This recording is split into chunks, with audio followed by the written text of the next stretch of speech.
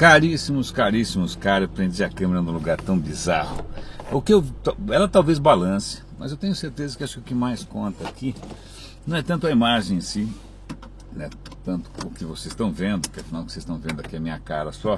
Se eu acender aqui também não vou maltratar vocês, mas espero que seja, o que desperte algum interesse aqui, seja afinal o que eu tenho para conversar com vocês. Então eu espero que o áudio seja mais importante, tentar corrigir aqui um pouquinho, do que essa imagem que vocês estão vendo agora.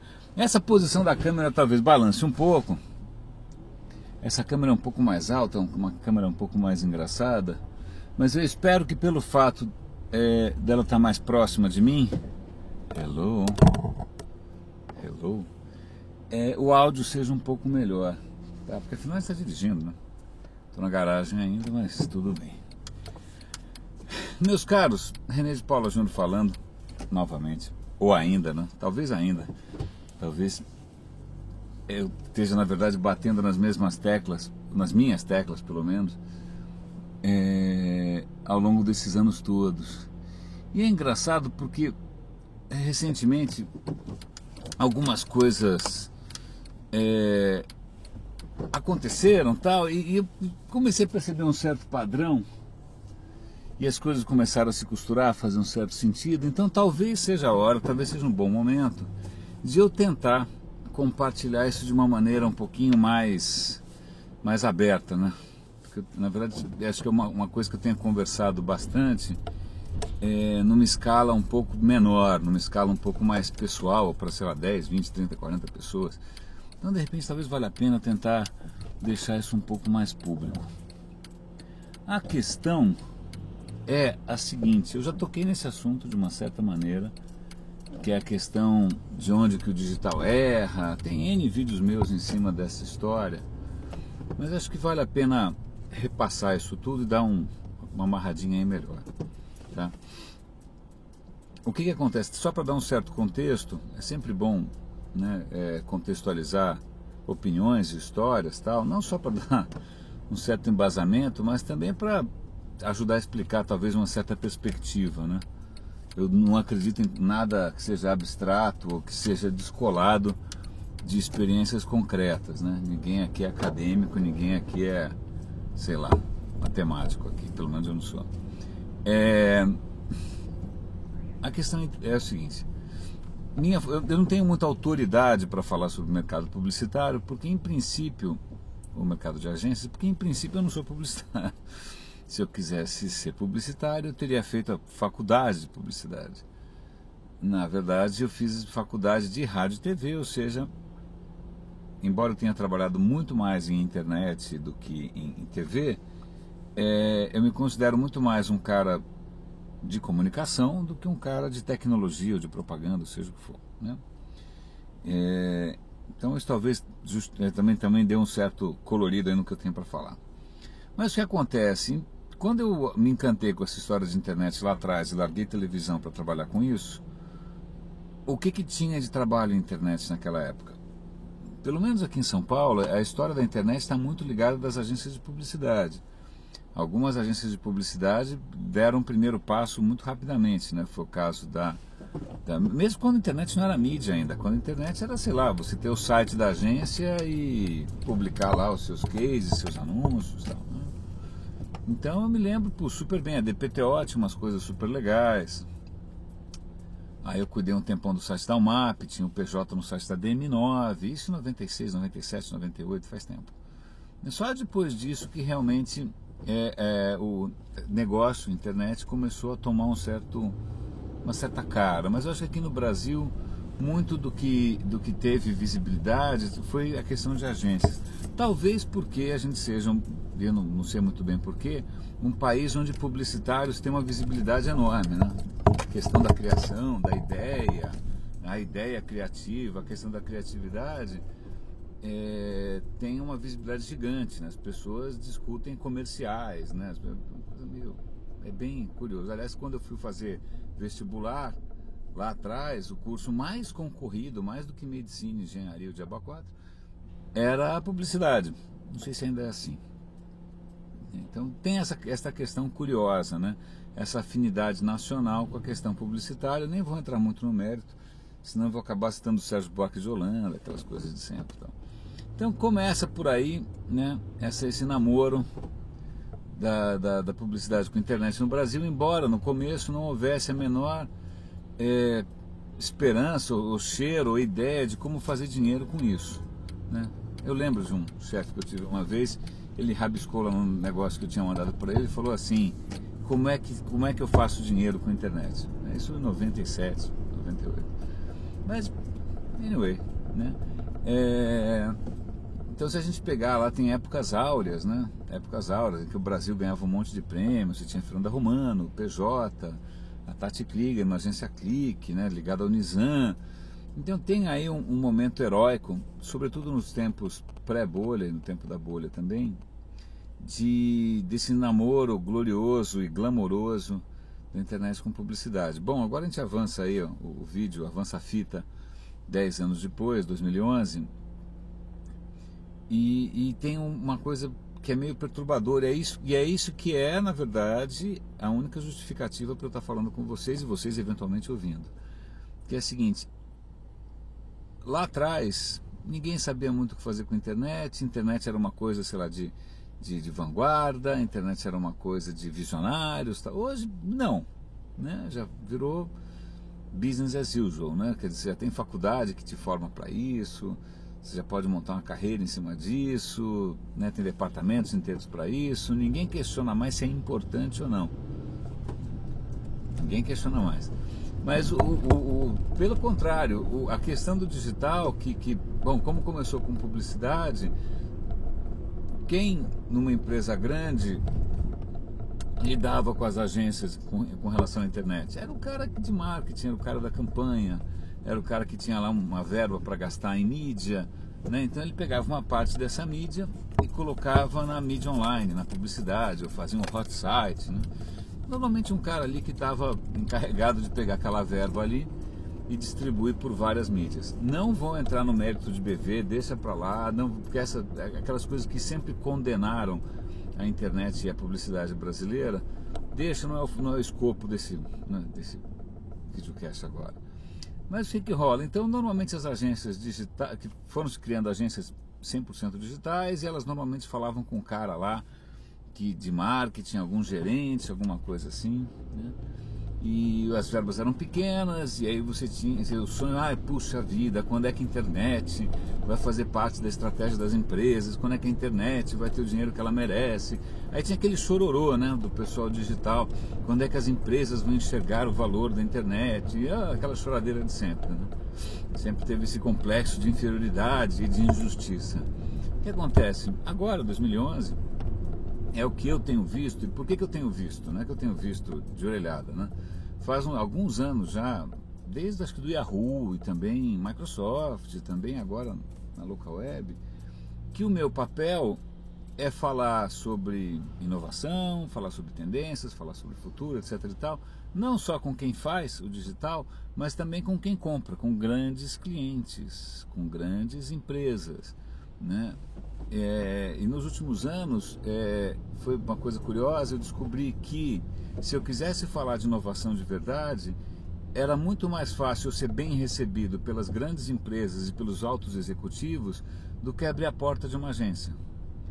Por quê? Porque a agência estava atolada, porque a agência já tem aquela margem pequenininha, então os caras não têm tempo a perder, porque a agência já, com muito custo, conseguiu se estruturar em cima de uma outra tecnologia, digamos flash, né, digamos, sei lá, hot sites, digamos, seja o que for, né, e os caras não tinham gordura, não tinham tempo, não tinham fôlego para experimentar, ou para repensar, ou para rever o que estava acontecendo, né?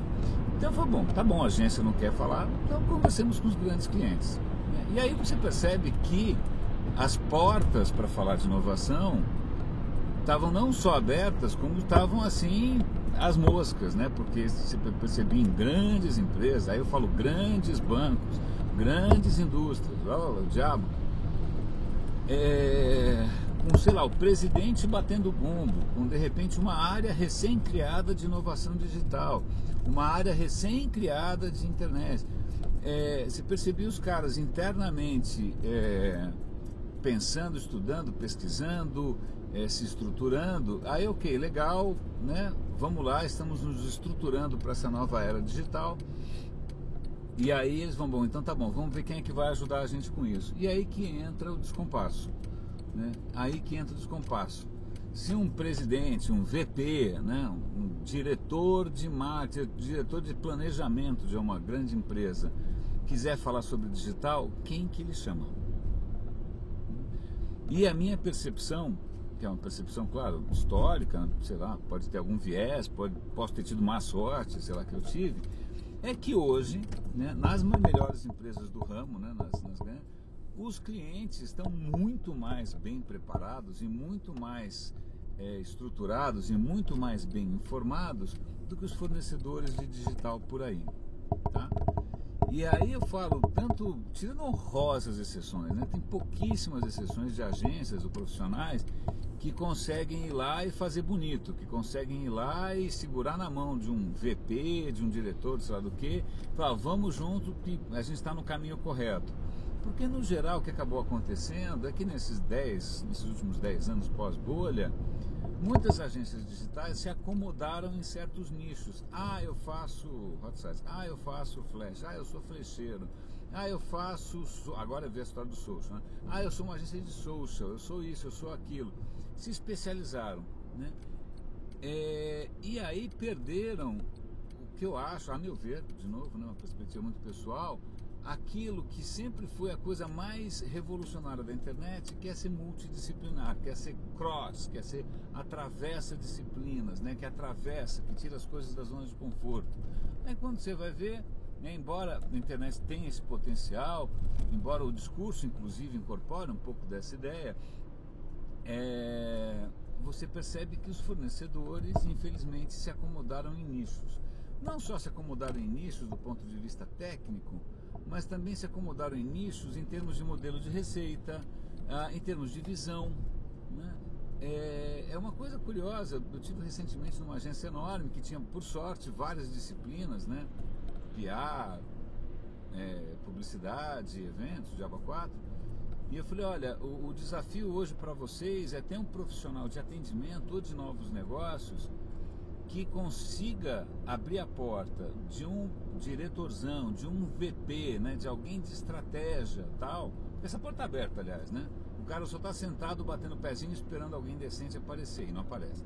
Então, quer dizer, o cara conseguia até lá, né, ser reconhecido como alguém que entende do negócio, que entende de mercado, etc e tal, entenda mais ou menos a situação em que está o cliente, né, entenda, e aí consiga vir com uma proposta que muitas vezes é multiplataforma, que de repente pode começar num evento que continua online, mas ao mesmo tempo tem um esforço de PR e tem gerenciamento de crise e que vale a pena colocar um anúncio não sei aonde. Tá? Então, esse tipo de profissional que tem essa capacidade, de sentar, de ser reconhecido como alguém sério, etc e tal, é mosca branca, primeira categoria, assim, muito raro. Normalmente o cara chega para conversar, e eu já vou entrar nesse ponto, e sei lá, o cara é um especialista em alguma coisa que talvez resolva uma parte do problema, mas não o problema todo. A segunda questão aí é como é que a empresa ou a agência, ou seja, quem for, vai se estruturar para atender uma demanda que de repente é tão ampla assim, né? Dificilmente você vai conseguir resolver um problema com uma ferramenta só, com um canal só, com uma mídia só. Não, nenhum canal é panaceia universal, muito menos o digital. Então como é que a agência se estrutura, como é que ela cobra, eu não sei. Fica aí, usem a bendita e tão, né, alardeada criatividade para pensar nisso, eu não sei.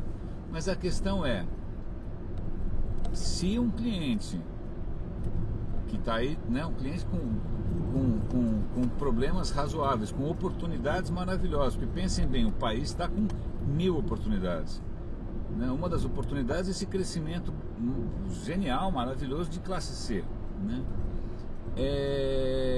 o cliente está ali com uma mega oportunidade. Se ele chama você, eu já vi isso, porque volta e meia eu mesmo atendo, né, profissionais, atendo fornecedores, atendo agências, embora não seja minha área, porque eu não tenho budget de marketing, não estou ligado a campanha de nada. Quando o cara vem falar comigo, o cara começa a abrir aqueles PPTs genéricos, eu corto no ato e falo, meu, desculpe, o que você entrega? Ou antes mesmo, eu falo, você quer falar comigo, mas você quer falar comigo para quê? É uma parceria, você está querendo me prospectar, você está querendo falar com qual audiência minha, você está querendo falar com o pessoal de produtos, você está querendo falar com o pessoal de TI, você está querendo falar com o pessoal de marketing. Normalmente essa sabatina, o cara fala assim, não, eu quero falar com vocês. Eu falei, cara, peraí, tudo bem que você mexe com tecnologia, eu entendi, mas tecnologia tem 500 frentes possíveis em que eu posso usar, né? Em que frente que você quer atuar, né? O que você efetivamente entrega.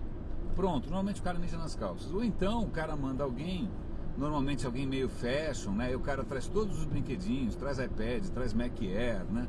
Aquele showroom de gracinhas. Aí o cara vem sentar e começa a rodar um PPT genérico, que você podia ter pegado do SlideShare, porque são as mesmas frases, a mesma bobagem sempre. E começa a falar do, sei lá, do que, do mundo, do futuro, do mobile, do não sei do que, dos tablets. Eu falo, meu amigo, é o seguinte, 50% do consumo vem da classe C. E aí, o que você tem para me falar a respeito disso? Tá? Eu posso até falar de mim mesmo. Eu sei que eu estou no site, eu trabalho numa empresa que vende muito online, né? O site tem milhões de visitas por mês. iPad está crescendo? Tá, mas ainda são 15 mil visitas por mês. 15 mil versus 3 milhões, algo me diz que se eu tiver que focar em alguma coisa para vender mais esse mês, é nos 3 milhões. Né?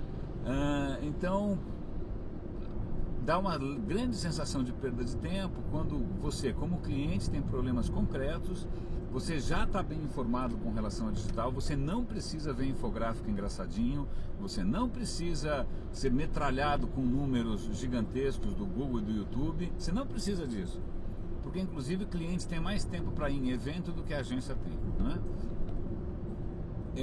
O cara toma teu tempo para trazer alguma coisa que você não tem a menor ideia de onde você enfia, né? Até pode ter uma certa ideia, mas deixa para lá. E aí, o desafio que eu tenho aqui, eu tenho até chegar na local web, tem mais uns 2 minutos, estou chegando já. O desafio que eu tenho aqui, nesse pouco tempo que me resta, é como é que eu desperto a atenção de quem está no mercado para uma questão simples, né? Para uma questão simples. Clientes hoje estão conscientes de que digital é importante. Eles não sabem muito bem como. Eles não sabem muito bem o que é vapor, o que não é. Eles não sabem muito bem se vale a pena monitorar Twitter, se vale a pena refazer o processo de compra. Não sabem muito bem, né?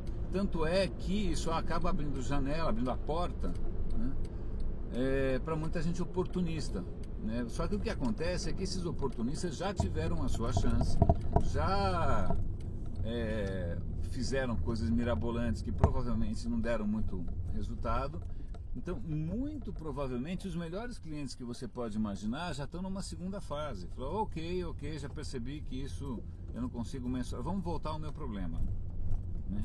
E aí a questão é a seguinte, quem hoje no mercado digital tem capacidade para sentar com um cara de varejo, um cara do agronegócio, um cara da indústria da educação, né? E consegue pensar e sentar junto e tentar analisar e trazer alguma proposta que faça sentido. Fica aquela... o que para mim é meio... quantos anos eu estou nesse mercado? Sei lá, 15 anos estou nesse mercado, sei lá. Lá atrás, o pessoal de digital era o pessoal mais antenado, o pessoal que mais sabia. Hoje o que está acontecendo, eu não sei exatamente porquê, é que várias coisas estão acontecendo. Primeiro, bitolamento. Muita gente digital bitolou, né? Bitolou numa disciplina ou em outra. Segunda coisa que está acontecendo com o digital é o cara achar que digital, ou por exemplo social, é uma coisa à parte, né? É uma coisa à parte. Não é que o cara não consegue, ou ninguém ensinou para ele que uma empresa pode fazer uma ação, que essa ação pode ir por vários canais, né? Que de repente tem um budget de mídia que você aloca em vários canais. Não, na cabeça dele existe social, e o resto. Aí você fala, bem, social para quê? Para para branding, para relacionamento, para suporte, para crowdsourcing, não social. Aí o cara quer fazer, não, eu consigo fazer maior barulho, ó, consigo um monte de follow. Aí você fala, bom, além do foguetório, né, além do foguetório, o que mais que você consegue fazer, né? Aonde que você encaixa isso, né, num contexto mais geral? Eu não sei o que aconteceu que as pessoas se bitolaram dessa maneira, não era para ser, porque a lembrança que eu tenho, tô manobrando o carro aqui, desculpem as costas, a lembrança que eu tenho dos primórdios é que quando você ia conversar com o pessoal que estava encantado com o digital, era o pessoal que vinha de outras áreas, o pessoal tinha uma super bagagem, então tinha bons amigos que eram, sei lá, de advogado a designer, passando por administrador, passando por economista. Então o que acontece? O cara vem para o digital com... Vocês estão vendo minha nuca, né? Que espetáculo. O cara vem para o digital com uma bagagem e com uma capacidade de pensar macro que infelizmente, vocês estão aqui, infelizmente se perdeu. Se perdeu, está se perdendo para sempre. Né? Por quê? Porque as pessoas estão se bitolando e estão achando que ainda com certo complexo de superioridade, né? Por que ninguém dá bola para o digital? Aí, cara, na boa, eu tenho problemas. Uma empresa tem problemas, uma empresa tem desafios. Ela não tem desafios de digital, ela tem desafios de negócio. Né? Um país tem desafios, o país tem desafios sociais, políticos, econômicos. Não são desafios de mais followers no Twitter. Né?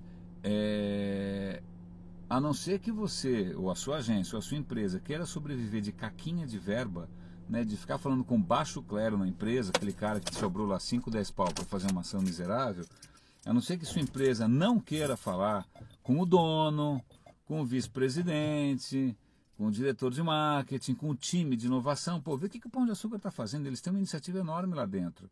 Tá? Gente boa, já sentei para conversar com os caras. Tecnisa idem. Né? E aí, quando é que o pessoal de digital vai cair a ficha de que começa a ter que fazer lição de casa? Né? Começa a ter que sentar na mesa e não só propor coisas engraçadinhas, que elas não são mais diferentes, fazem parte do negócio. Né? Passou o tempo em que digital era um experimento. Né? Eu estou aqui numa empresa de 600 pessoas, do lado aqui atrás de mim está um gerador de 10 megawatts mais ou menos. A internet não é mais brincadeirinha, né? É coisa séria. Então, fica aqui, se não é um puxão de orelha, é como se diz em marketing, um heads up, né? É só para chamar a atenção para o fato de que, na boa, as portas estão abertas, as vagas estão abertas, estamos aqui querendo ouvir, né? Hoje eu sou cliente, mas não vem falar comigo porque eu não tenho budget nenhum, pelo amor de Deus, o meu papel é outro, mas grandes empresas estão precisando de grandes interlocutores. Eu não sei onde eles estão, conheço uns 2 ou 3. Tá bom? Muito obrigado pela companhia, espero que o vídeo tenha ficado razoável. Renê falando, um abraço.